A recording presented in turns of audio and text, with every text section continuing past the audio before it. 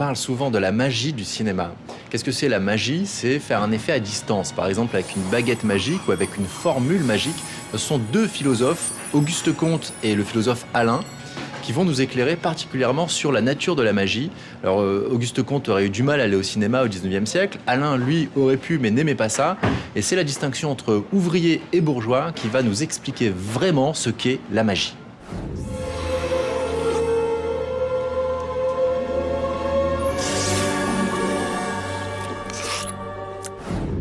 Alain l'écrit ainsi: quiconque vit de persuader est bourgeois. Un prêtre, un professeur, un marchand sont des bourgeois. Et au contraire, le prolétaire est celui qui, en son travail ordinaire, bute seulement contre la chose. Tels sont le laboureur, le terrassier, l'ajusteur. On ne persuade pas l'écrou, ni le caillou, ni le trèfle. Bon, vous l'avez compris, si votre lavabo est bouché, il ne suffit pas de le persuader, de lui tenir un discours, même si c'est une formule magique. En général, ça ne marche pas.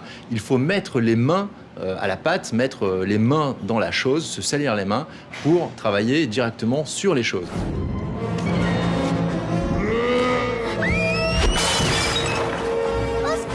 La magie, c'est le contraire, c'est ce qu'on voit surtout et essentiellement au cinéma. Par exemple, dans Harry Potter, voyons des enfants qui essayent d'apprendre à persuader les choses. Wingardium Leviosa. Wingardium Leviosa. Wingardium Leviosa. Non, stop.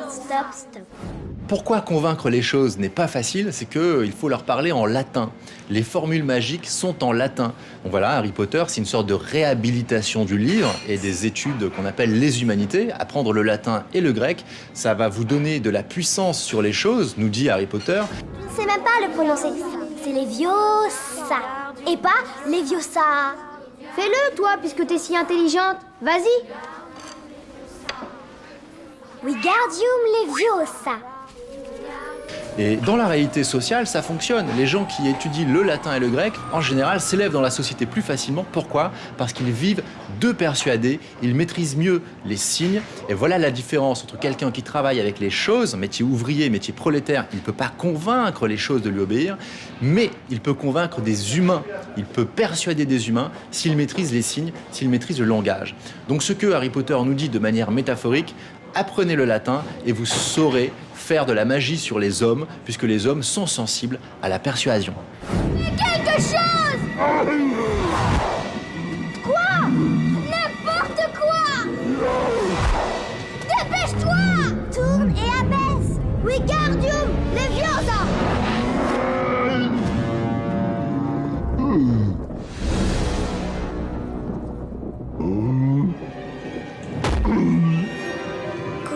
Donc Harry Potter, le magicien, qu'est-ce que c'est un magicien? C'est à la fois un bourgeois, puisqu'il fait effet sur le monde uniquement par des formules magiques, et à la fois un ouvrier, puisqu'il fait effet sur, non pas les humains, mais les choses. Et bon, c'est un film qui s'adresse aux enfants. Eh bien, les enfants, et notamment les bébés, sont les plus grands bourgeois de l'histoire de tous les temps, puisqu'ils vivent uniquement de persuader, ils vivent de convaincre leurs parents. Achète-moi un de ces écureuils. J'en veux un. Ma chérie, tu as déjà plein d'animaux merveilleux. Tout ce que j'ai à la maison, c'est un poney. 2 chiens, 4 chats, 6 petits lapins, 2 perruches, 3 canaris, un perroquet vert, une tortue et un hamster idiot. Je veux un écureuil. D'accord, ma puce. Vos enfants ne vous obéissent pas, mais vous leur obéissez. Et si vous faites des bébés, eh bien, vous ferez donc des bourgeois.